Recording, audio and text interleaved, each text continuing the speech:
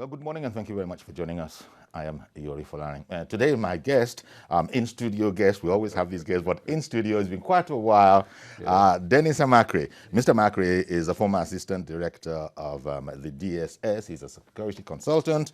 Dennis Amakri, MON. Good to have you again. Good morning, Yori. After all this lockdown. Indeed. But unfortunately, when we have you, there tends to be trouble somewhere or the other. You remember me when there's trouble. Now, talking about some sort of things going on around the country, first of all, fire has gutted the INEC headquarters in Ondo. What kind of an accident is that? Freak accident. So there you are. I'm saying it as an ordinary person. Say, fires usually are accident. Otherwise, they're arson. And so this is what we have here. The fire that started, we don't know why this, what the situation is, but the INEC commissioner himself did say a few words. Let's see if we can get that and use that as what we have. I understand it started around 7 o'clock or thereabouts. We don't know exactly the cause. It's a sad incident. Country is a fire. Nobody wish a fire incident on anybody. It happens. That happens. We are trying to solve the problem. When we solve it, we pick up the pieces and inform you appropriately. Well, so you can see there's very little that we ourselves can add because the INEC in the place is saying that when they do indeed have more stuff, they will let us know.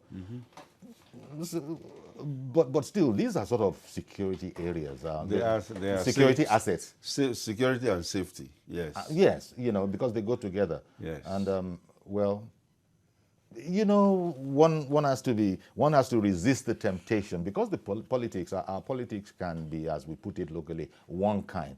People might say, aha, they've gone. Well, even the INEC man himself said, yes, we don't exactly know yet how it happened.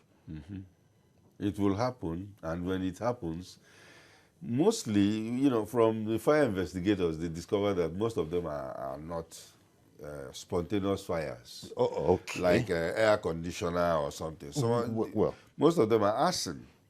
That is the whole purposely yes, put, yes. So when you say most, not some of them. Most. well, some of them.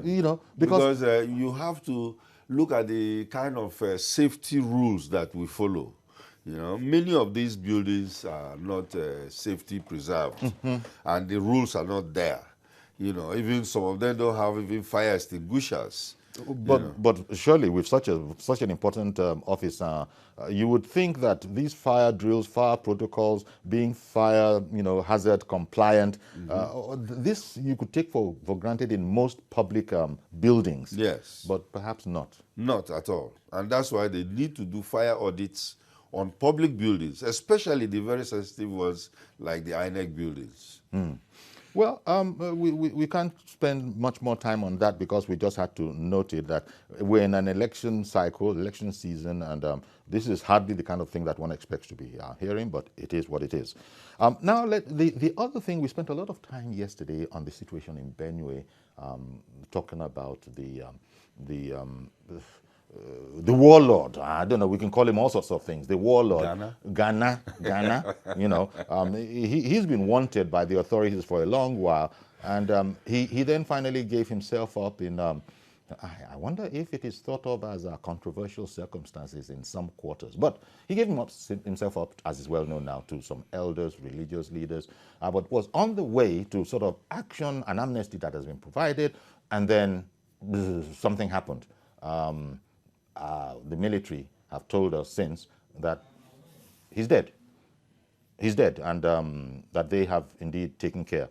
He's been deposited in an unnamed mortuary. The military yesterday had a press conference, and I think we have a package, if not Siphon Essien.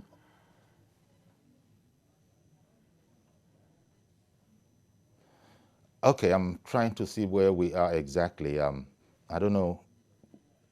Do we have Siphon Essien? Okay, we're trying to connect with our man, Siphon Essien. who will be able to, brief us. He's in Abuja, and he attended the military briefing yesterday, so he should be able to brief us. But in the meantime, Dennis, the army, as you will also know by now, going back to before the press conference, the Chief of Army Staff, when reporters had sort of cornered him and had asked him about this, he was very blatant and clear and precise and very brief. No comment.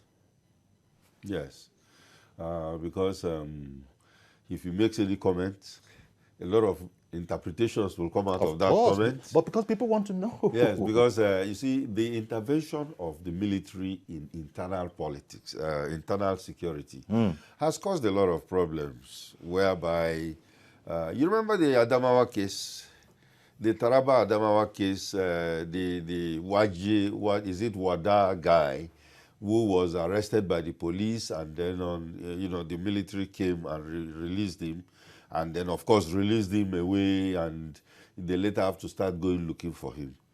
Now this another one where he has been released. He was being taken. I don't know where he was being taken to, but the military to the government house in Benue. Yes, and from what where they were said, waiting for him to sort of action this program of amnesty that had been arranged. And from what happened, he was taken away, and then the next thing we found out that he was dead. Yes, after we were told by the military that there had been a gunfight. Yeah. If there's a gunfight, well, definitely they will kill him. Because you see, I don't know why we are trying to mix up situations. Okay. Why take him to the government house for amnesty program? I think the governor himself should be thinking about that. Many people, there is this tendency for people to be comparing the Niger Delta militant amnesty with bandits amnesty. You can't give amnesty to bandits. These are criminals. These are criminals who go around killing people, raising down churches. Even Muslims, they raise down their place, killing people. Now, the difference between the militants in the Niger Delta and these ones is that the militants in the Niger Delta are not bandits. And then number two, they have a cause. These ones don't have a cause. They are just looking for money. So a lot of people are worried about the matter of due process. Bandits, let him be a bandit. Yes. But there still has to be a sort of a due process. I agree fully that they should have taken him down too, because I'm very, very worried about that. If he would have been taken down to the government house and whatever, whether they are giving him amnesty or not, let there be a debriefing of this guy. Yeah. Because if you remember, there is a video where he was talking about people who were giving him money to start an insurgency in Taraba, Nasarawa, Zamfara, and stuff like that. We need to know those people. Okay. In fact, am I hearing our man Siphon Essien in Abuja? Have we been able to connect with him? Or there you go. Siphon, great to see you. Hi. Good morning, Siphon. Good morning. Yeah. Yesterday there was a briefing by the military on the Ghana, the man whose alias is Ghana in Benue State. Bring us up to speed, please. Well, basically, they declined going into the nitty-gritty of exactly what happened, but said that it had assumed a political dimension, and because the Benue State government has made several comments on the issue, and the former governor of the same state, Suswam, has made comments on the issue that the issue is now being handled at the strategic level, whatever that means, but that the Nigerian military would not make any formal comment other than that which was made by the commander of the 4 Special Forces in Doma. And was it therefore a brief kind of a briefing, or were other issues addressed? Well, other issues were addressed, an overview of what has been achieved by troops across the various theaters of warfare in Nigeria, from the northeast to the north central to the northwest, as well as the south. But the issue of interest, which is on the front burner, was the incident of the killing of Ghana, the most wanted kingpin in that region, talking about Benue and Taraba State. Yeah. How about other issues still concerning security? Talking about the area around Zuba, I believe, also not too far away from GBAGADA. What's the report there? Well, operations are ongoing. Actually, the operations have been on for about 3 weeks, and that's what resulted in the arrest of members of the Darussalam, which the coordinator of defense media operation has described as a terrorist organization. And that also led to several raids in Abuja down to Kogi State. In all, at least 700 members of that group were taken into custody by security forces, and we gathered that they've been profiled, and a number of them have been handed over to civil authorities. But troops are on the trail of those considered kingpins of that group, and the military is saying that it would not allow this issue go like previous issues. It will crack down on the group so that it doesn't have the capacity to launch an insurgency. Okay. Because there appeared to be some sort of a voiced threat to the Abuja environment, and I think the authorities had sort of reassured the citizenry that don't you worry about a thing, you know. Yeah, the authorities have time and again reassured residents of Abuja and its environs that there is no cause for worry. I remember times back that the United States Africa Command issued a warning to the Nigerian government that terrorists were extending their tentacles across the West African sub-region, actually ISWAP, and that they're making incursions into north central and northwest Nigeria. For the Nigerian authorities, that was not new, because they had intelligence sources that made that information available to the troops, and we understand that that's what has informed several operations in that swathe of Nigeria.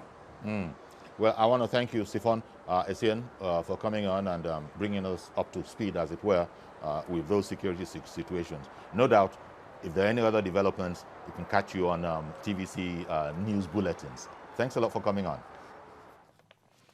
So there we have it. It as is just reported, yes. The security guys are on ground and in charge of the operations. Mm-hmm. Was there a sound on film that you wanted to put out? But you know, they'll let me know what mm-hmm. they have. The situation that we have now, we are being reassured, but when one remembers that this is the anniversary of the 9/11 incident, you know, the 19th, I believe, the 19th mm-hmm. anniversary, and it is said that Al-Qaeda, that I think was fingered in that particular original incident, has been spreading and morphing into Africa. Yes. Siphon just touched on an aspect of it. How seriously do you think we should be taking that whole thing, especially this whole matter about them morphing and spreading into Africa? Siphon was just saying that the authorities are well aware of all of this, but you know. Yes, when you have intelligence reports telling you about what is going to happen in the future or in the near future, there is need for you to take it very seriously.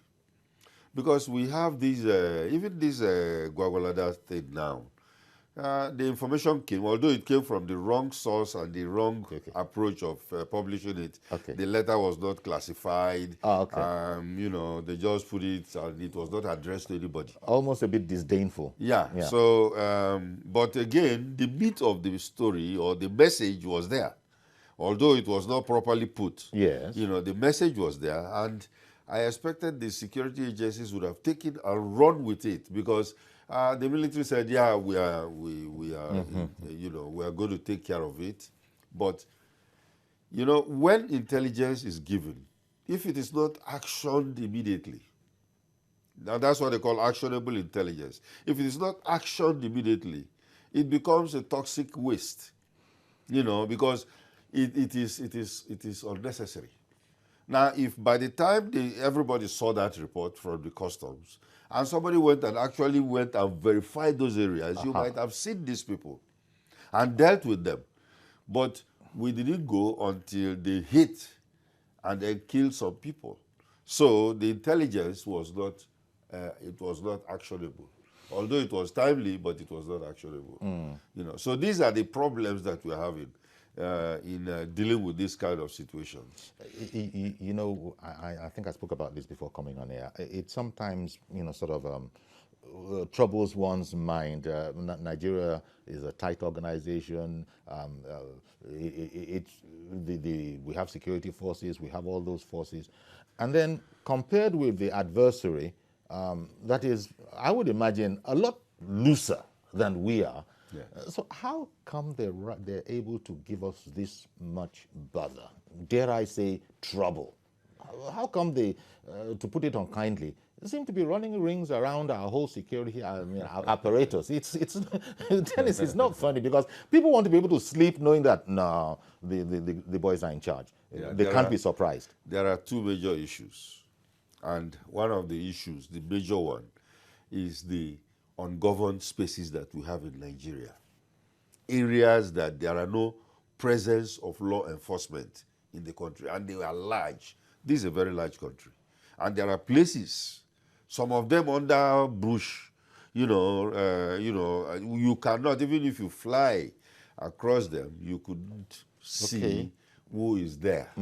So these ungoverned spaces are places where people hide.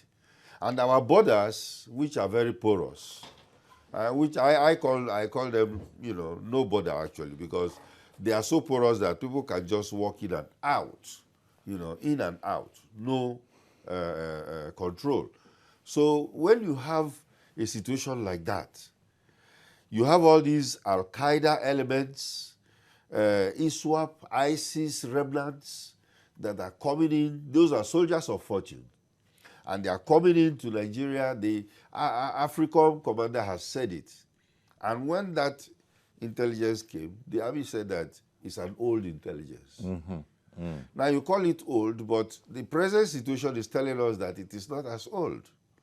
You know, and that's why, you see, no information is useless. It's not useless. Anytime you get any information, try and look into it. There might be some smoke, you know, inside. And that is what it is. So I think we have to reorganize ourselves, take these things more seriously. We are dealing with a ragtag army, but if we overlook them or we are too confident to deal with them, then they start making us run around like this. Okay, Mazi Okorafor, good morning. Good morning, sir. Good morning, sir. Amakri. Good morning. Honest, sir. Amakri. You see, let us look at this issue now. You see, U.S. gave us a report some weeks back. And if you check very well our record, in June, United Nations Rapporteur, the Grandma brought her own report. And some weeks ago, we had a report about areas where the soldiers mentioned. Now, the question is this. Like you already said that there are some places in Nigeria that you cannot see very well. Now, what is the benefit of our drone? Because all these forests they call evil forests. These people go there to capitalize because people don't go there. They sit down there and settle down, arrange themselves, and start operating. Now, let me give you an instance. I think you saw what happened with Suleiman when America struck in Iraq. You saw what happened, how they took themselves. Now, the 9/11 we are talking, we saw everything. You still remember about Motar, what he did. Did American kill Motar? No. He was arrested. After arresting Motar, what is happening now? I think they are taking different strategies to avoid anything like air. That's what bombing. Now, what do we do right now in Nigeria? We saw what happened in Benue State. That young man that was killed, at least could have helped Nigeria to do one. They have commanders. That's true. Where do they keep their armory? Three, they operate both Niger State, Taraba State, Nasarawa State, up to 5 different states. Now, actually, you know very well that they have boys working for them. Now, all these boys have been sprayed. Now, the situation whereby those boys recruits are coming back, are they not going to use those ammunition that the military did not recover? Now, it's against the law to execute anybody that doesn't have ammunition. But what I could have explained that Israeli people, what they do, when they catch such people, they come now and sit down and do gather information from you, learn from that person. Because even though those Boka people that were giving the boys some, Have they recovered those? Have they caught those? All these things. Because Okay. the reporter in the TVC said 2 days ago that they caught charms and the rest. Yeah. Who are the producers of those charms? So these are the things that which we don't step immediately on the thing to scratch or to squash anything. We're supposed to do proper investigation gradually and sequentially before we start executing. There's nothing wrong for killing him, but the killing, at least they could have followed the sequences. At least better more information. All right. Okay, Mazi, thank you very much for calling in. Yeah, Mazi, I'm sure, you know, many will say has spoken well because he's really speaking the minds of a lot of people. Of course. Now, but some of those strategic and professional things that he spoke about, I would imagine that the military also knows it. Yes, they've taken out Ghana now, but we are also told that there were 40 others. It's Ghana plus 40. Yeah. Now, no... The 40 tips. if you want, yes, exactly. So I wanted to ask, could it be that military knew what it was doing, which is part of what they said yesterday, that even though this whole matter is going political, that they knew what they were doing. Any of those 40 thieves that we are talking about might have been useful, and might they have decided that this one, you know, what was going to happen was going to happen. But there are 40 other options. Yori, you know, I have always said it, that the military does not have a place in internal security. And I stand by it. Okay. Because when they come in, what they do is what does not happen in civilian societies. They are trained to shoot and kill. Police, if they shoot, like the only time police can really shoot you is when you are running away, a suspect is running away, they can shoot to maim you, yes, not so to that kill. they can arrest you because they need the information that you have. But that's not the army style. No, army is to shoot and kill. Yeah. You know, so they shoot and kill the person. They want to Now, annihilate this guy the has enemy. died with a lot of information. Yeah. Like I mentioned earlier, Yeah. those people that he was mentioning who were trying to give him 350 million to cause an insurgency. We needed to have known that. We want to know them. One moment, we want please. to know is... You continue, Dennis. Let me bring in Chidi in Kafanchan. Thank you very much for holding on, Chidi. Good morning. Good morning, Uncle Yori. Good morning, sir. Good morning, sir. I'm Makri, a security expert. Good morning. It is good to see that you are on the program this morning. Live. I want to really... Or shall we say in flesh? that the situation of the security in Nigeria is in a total abyss. In fact, there is no security anywhere in Nigeria. With the security report that is being getting on daily basis, something drastic and proactive needs to be done in order to secure Nigerian lives and their properties as well. With what happened in Benue State recently, though so many people have spoken against it, I also is speaking against the killing of the young man. That young man, if not killed the way he was killed, maybe from him, a lot of headway would have been gotten. Having said that, the one that has happened recently here at Abuja should be an eye-opener to every security organization that we have in Nigeria. We have to be security conscious indeed. We don't have to leave the substance and continue to chase the shadows. Since these miscreants or bandits, as it were, will have the temerity to go into people's homes, to their comfort zones, and pick them one after the other, it is really unfortunate. And anything that could be done in order to save this situation should be done immediately with one mind. Thank you, and God bless you in Lagos. Thank you very much, Chidi, for calling in, as always. You were saying earlier that what many people are saying, that the army doesn't really have a place in domestic policing, those kind of situations. Yes. Yet it finds itself coming in time and again. Yes, because that's the way we have designed it. The police is supposed to invite the military when they are overwhelmed. But it has come to a level where the structure is like, army feel they are part of internal security.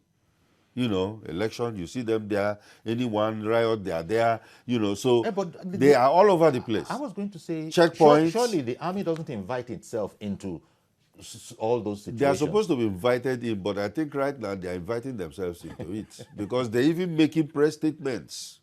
Okay. You know, the military is not supposed to be making press statements. That's not very usual. Yes, they are supposed to be in there assisting the police, and when they finish, they withdraw. But now they are permanently there, and when people criticize, you see they even have a spokesman who will do a press conference. It's unheard of. When you look at other countries, it doesn't happen. You know. But we have a commander-in-chief, we have a chief of army staff, we engage with him, you know, when he feels that he wants to speak about any matter, he speaks. So if there is any defense issue, we expect the Ministry of Defense, to speak for Ministry of Defense, to speak for speak for the military. We don't want to see an army man, army general, or navy commodore or something coming to speak, you know, about what is going on. Yet this is what goes on in our society That today. is what's going on right now. Does this go back to the prominence that the military had going back to the times of military rule? Yeah, it's a backlash of our military rule. In fact, it has extended into the civilian population, whereby you hear governors saying, we'll do this with immediate effect. Governors, civilian governors.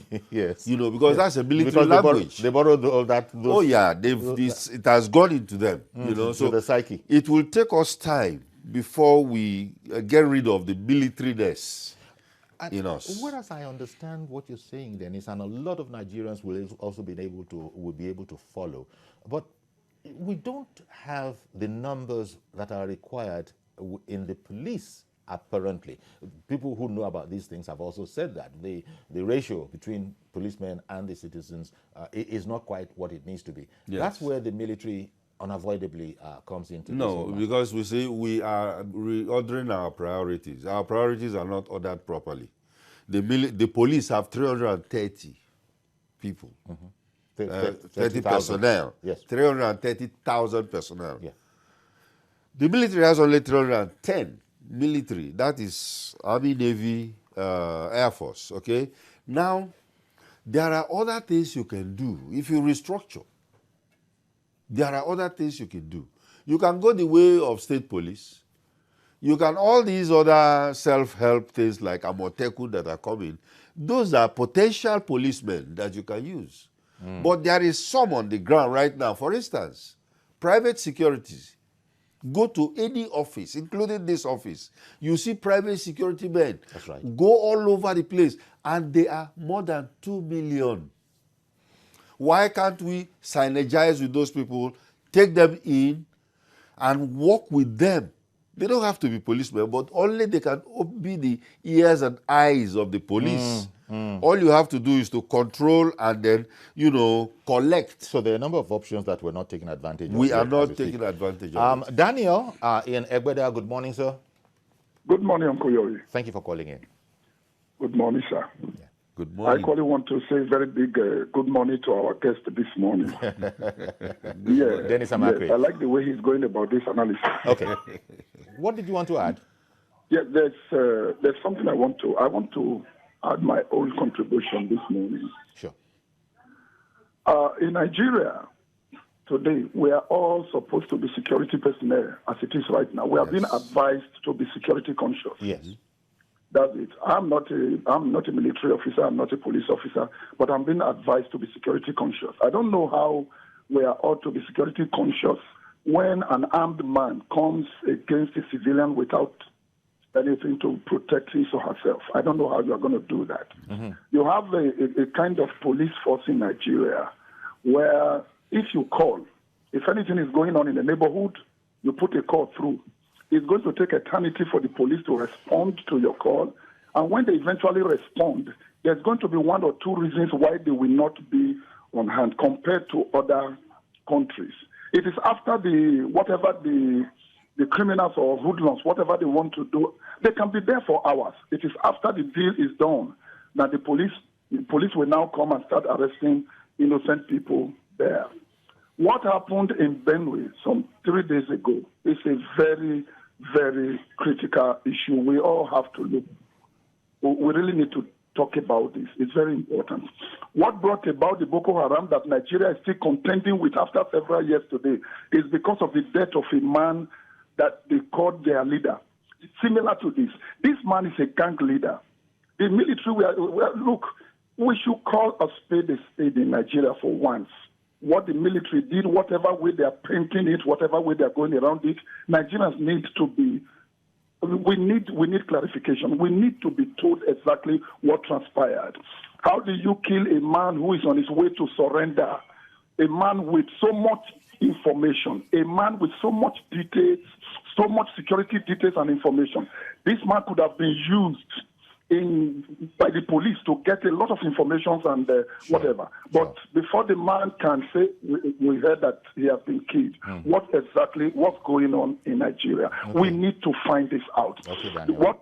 Okay, Daniel. Thank you very much for calling in. Indeed, the point you are making has been made over and over again. It shows the importance of the point, and all the authorities know it. He also started off with something about, look, how maybe I should take a break.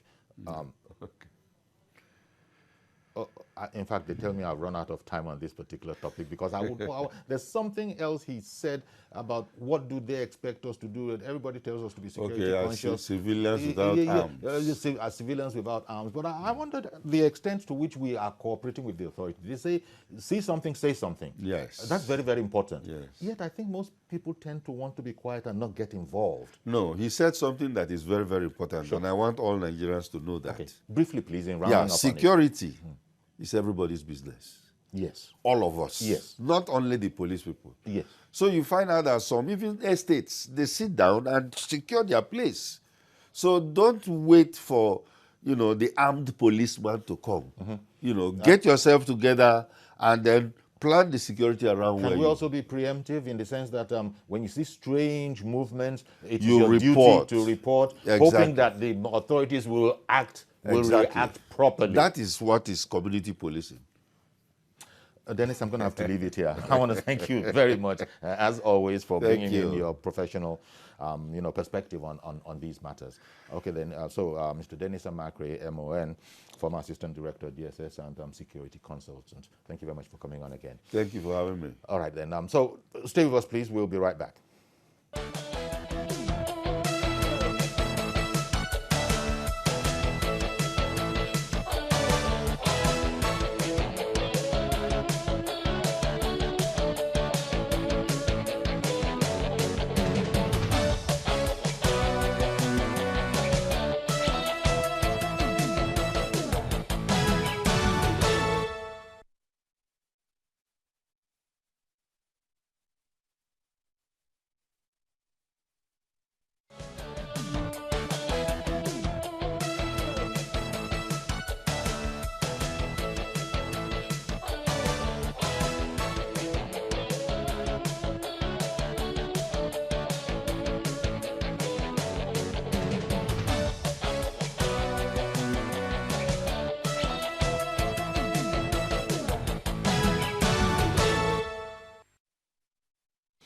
Okay, welcome back. Now, looking at the doctors' strike, the resident doctors' strike action, we spoke about that yesterday, but right now, the very latest is that the doctors have called off the strike. But before then, government had, when it appeared that things were going to be not going to work out, just before this news that the doctors had decided to suspend their strike, there was the statement from government that, look, sorry, it's going to be a no work, no pay kind of a situation. And as it is, whether that was a coincidence or not, shortly after that, the doctors have called off the strike. We'll get into how all of that worked later on when we speak with the Publicity Secretary of the National Association of Resident Doctors. But in the meantime, we do have our friend, Dr. Omadele Boyo. Good morning, Dr. Boyo. Okay, Dr. Boyo, I can see you. Can you hear me? Dr. Boyo, surely it's not going to be one of those days. Yeah, I can see you got your earpiece. Dr. Boyo, I can't even see anything. If you're not hearing, you're not hearing. Dr. Boyo, can you hear us?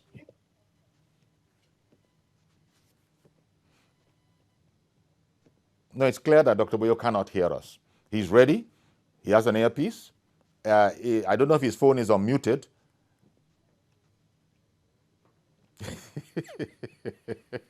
It does happen like this from time to time. Dr. Boyo, we've had you so many times. I wonder why this is happening today. But I just wanted, I'm sure Dr. Boyo will come on very, very shortly. I wanted to find out what Dr. Boyo, as a senior doctor, what he has to say about the situation. But in the meantime, here's the report so that we'll come back to it. Barely 24 hours after the minister brokered a meeting with resident doctors, is doing the same with the Health Workers Union. The joint health sector unions early in the week issued a notice of strike over unresolved issues. Mostly noticed in the health sector. In his opening remarks, the minister underscores the essential services health workers provide, especially with COVID-19 in the picture. Like he said to the resident doctors, the minister informs the leadership of the joint health sector unions that the administration is not being appreciated for the quantum of funds it has dedicated and the efforts it has made for workers in the health sector. The minister and his counterpart in health warned that government may be forced to invoke provisions of the law against the workers. We have our powers, is here. The powers of the president and the minister of labor to sanction unions when their existence is no longer beneficial on the interest of the nation. And my first plea to all health workers is that this is not the time to go for any strike. The union leaders believe the government, as represented by the Labour and Employment Minister, is blackmailing their members. They accuse government of preferential treatment and say they are ready for the worst. Subtle use of threat and all of that. There is no subtle use of threat. Honorable Mr. Sir, No. with all due respect, sir. With all due respect, sir. With all due respect, sir. The so much bandied laws of the ILO and everything, no work, no pay and all that, has been selectively used on us. I want to state it clear that the GSU leadership here, we are ready to even pay the sacrifice of going to prison, because that is the last of the threats.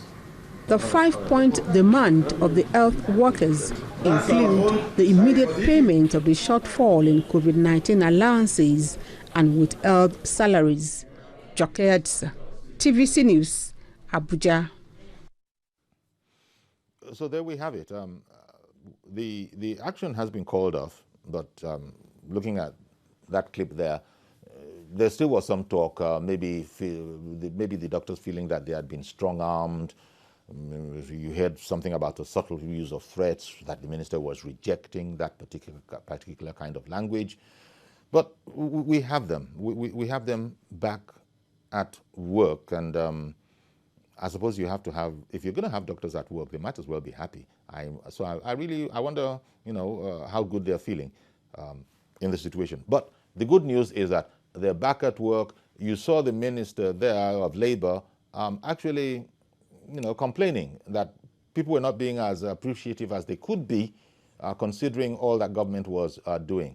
Meanwhile, the other side, that's the nature of life. The other side is saying that there's still a lot more that you could do. So it's one of those kind of situations where we're still trying to get hold of the publicity secretary of the Association of Resident Doctors of Nigeria, and as soon as we can, we'll bring him on. In the meantime, you might want to call in and tell us what you feel about the situation that we have. The doctors are back. It was very, very worrying that the resident doctors were withdrawing their services. I'm hearing that we indeed do have Dr. Stanley EGBEDA on now. Good morning, Dr. EGBEDA. Good morning. Oh, good morning. So sorry about yesterday. We were together yesterday, and then it went a bit wonky. But hopefully, let me quickly get along with it so that we don't lose any time in case anything bad is going to happen. Now, the action of the doctors, of the resident doctors, has been called off. That's a fact. Yes. Now, we called off this morning by 8 a.m. That is the latest. Yes.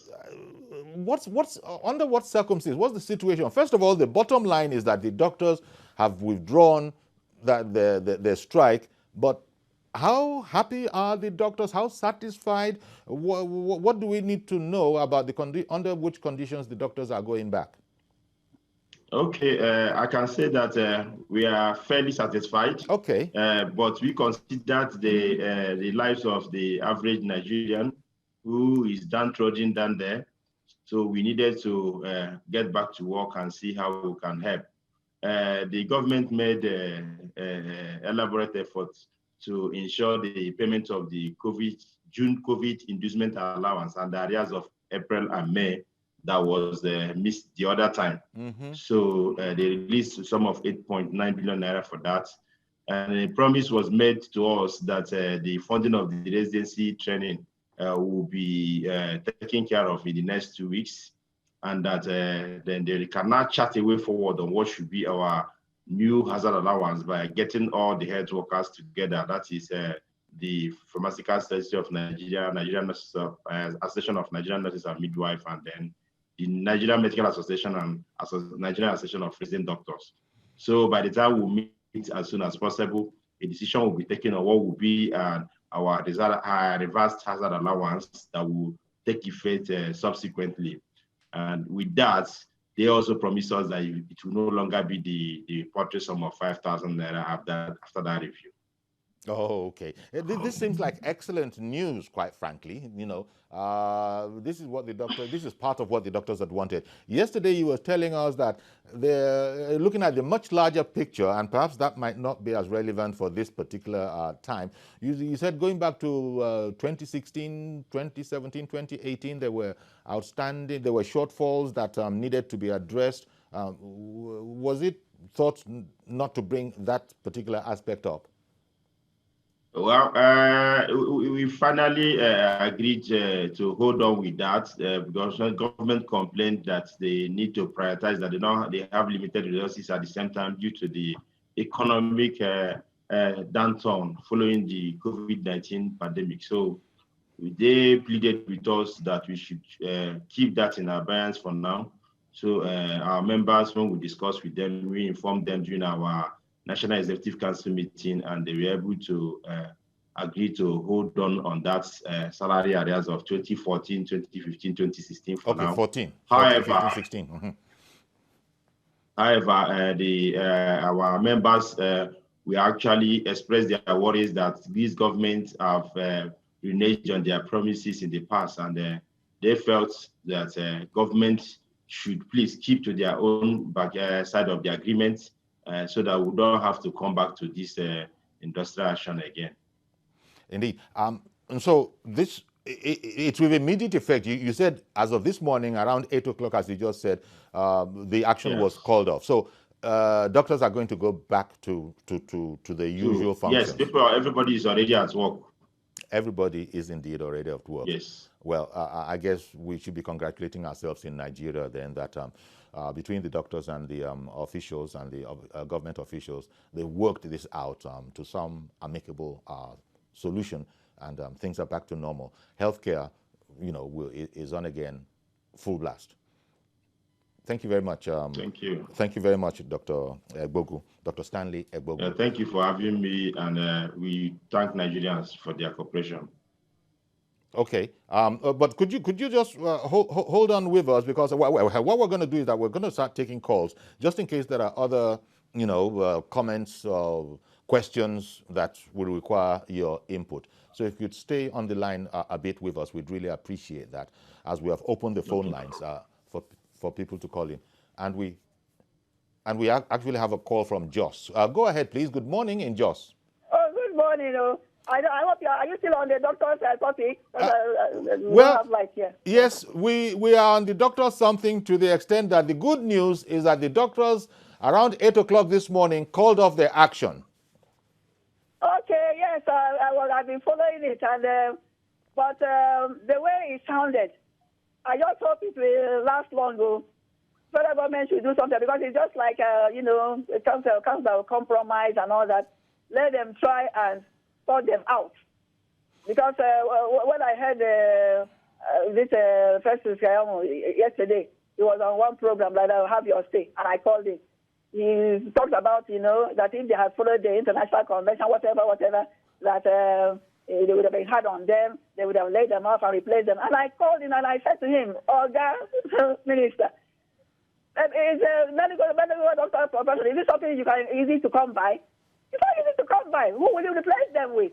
That was what I asked him, because I couldn't believe it. How can you be saying that? Yeah. Please, okay. I am pleading with them to please do all they can to keep our doctors. So we don't have a brain drain. Before you know it now, they'll all be suffering now. They want to leave this country. But that's Nigeria. I believe in Nigeria.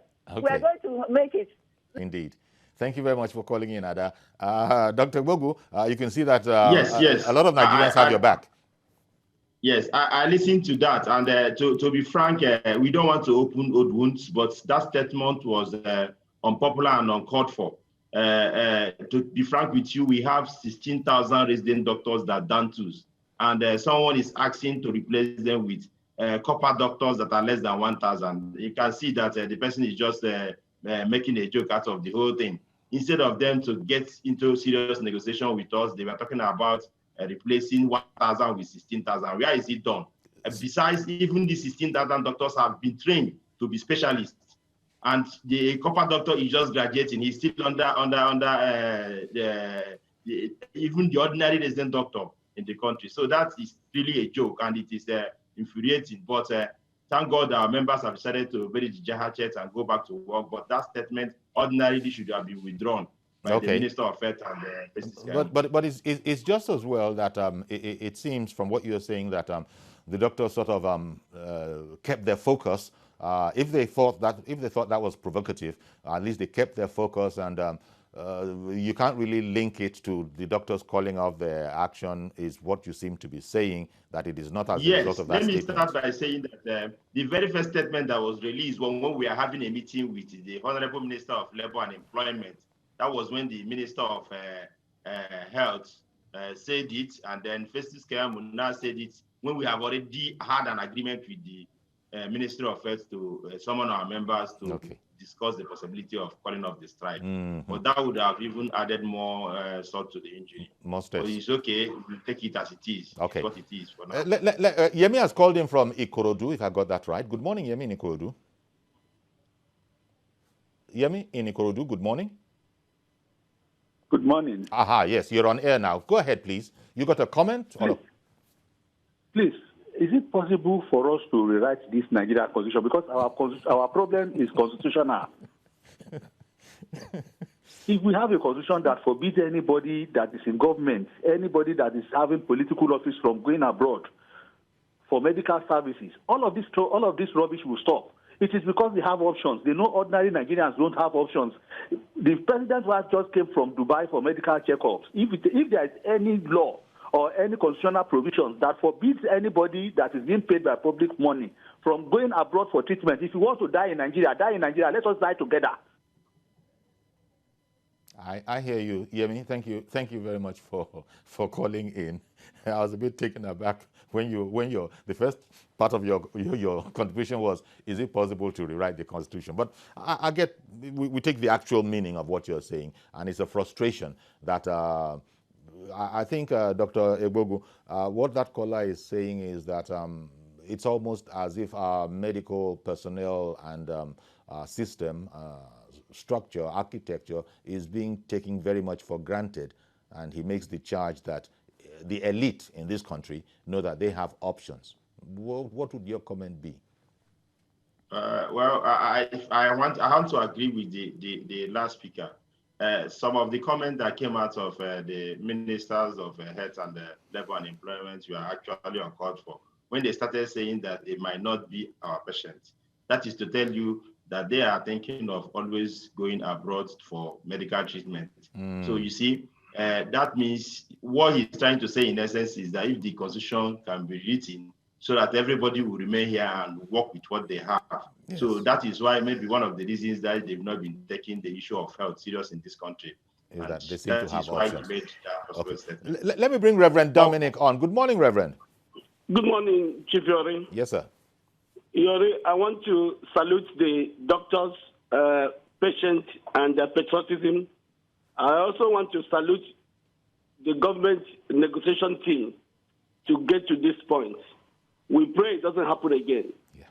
Yori, if you allow me in 60 seconds, go ahead, I want please. to make this point on this security. Can I go on? All right, security. Go ahead. Go ahead. I want to say it again and again, like what I said yesterday. People should not compare Ghana with the Musa of Yusuf of Boko Haram. Before Yusuf was killed, Yusuf had not been deadly as Ghana. I say it again and again. All the death in Benue State was this. Okay. We lost Reverend Dominic there, but well, thank you for calling in. But let's take, since we're on this subject now, let's take what he has said regarding, you know, the, shall we say, the suspension of the action. Now, Dr. GBAGADA, we just have a few, maybe 1 or 2 more minutes left. There are matters that will come back for review, but in the meantime, the doctors are going to work. And I think you've also said this morning that you are mindful of the fact that in the past, government has, you know, I think your word must be reneged on some agreements or promises. But the team, you just heard Reverend Dominic commend the government team. Did you have a sense that, you know, this time it's not going to be that kind of business as usual, and that there's much to depend on this time? Well, the heart knows itself. There is no way we can say for sure that we are 100% sure the government will keep to every aspect of that negotiation. So we are not God, but we are watching them. We're also considering the situation at hand.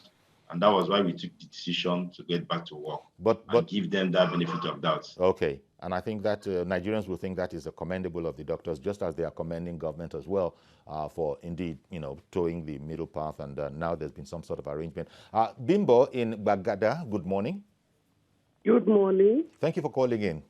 Thank you. All right, go ahead. Please. Sorry, briefly, my own contribution is, or my feel, is that when 2 elephants fight, it is the grass that suffers. I think the federal government and the NMA, the doctors, need to apologize to those whose lives were lost during this process. Thank you so much. Oh, okay. Well, thank you very much. It certainly is a matter of deep regret. Dr. GBAGADA, you heard that there would have been, as a result of this action, some lives. Very, very briefly, did you want to say anything there? Yeah, to me, I want to reply the last speaker that it is the responsibility of the government to provide health, security, and education to the people. So I think the people should hold the government responsible for whatever that have happened this period. Meanwhile, we feel Nigerians should bear with us because we gave adequate notice to both Nigerians and the government before this issue of industrial disharmony started. Okay, we're going to have to leave it there, Doctor. Doctor, we're going to have to leave it there, but thank you very much for coming on. And indeed, thank you to all those other guys, the other people who called in to, you know, thank you for having me. Indeed, our pleasure. So that's our program. Thank you very much, Bimbo, and everybody else that called in to add their views on one subject or the other. We've come to the end of the program. I can't say join us tomorrow. I can say join us on Monday, God willing, for a fresh edition. As always, we say do your very, very best to stay safe. COVID-19 is still out there. I am Yori Falarin. Bye-bye for now.